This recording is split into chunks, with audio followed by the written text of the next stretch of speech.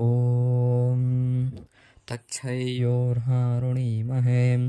घातुं यज्ञाय घातुं यज्ञपतये दैवीं स्वस्तिरस्तु नः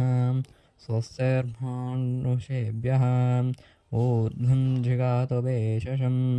शन्नो अस्तु द्विपदये शं चतुष्पदये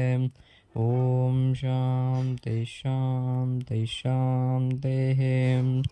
सहस्रशीर्षा पुरुषः सहस्राक्षः सहस्रपाद स भुविं विश्वतो कृत्वा अत्यधिष्ठदशाङ्गुलं पुरुष हि वेदगं सर्वं यद्भूतं यच्च भव्यम् उतामृतत्वशेषानः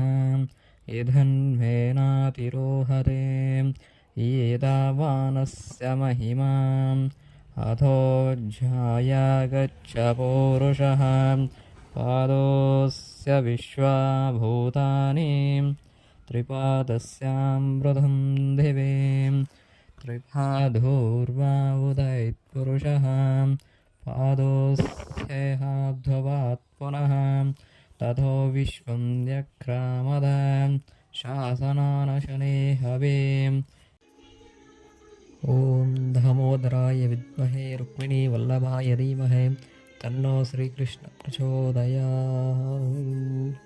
ॐ शान्ति शान्ति शान्तिः।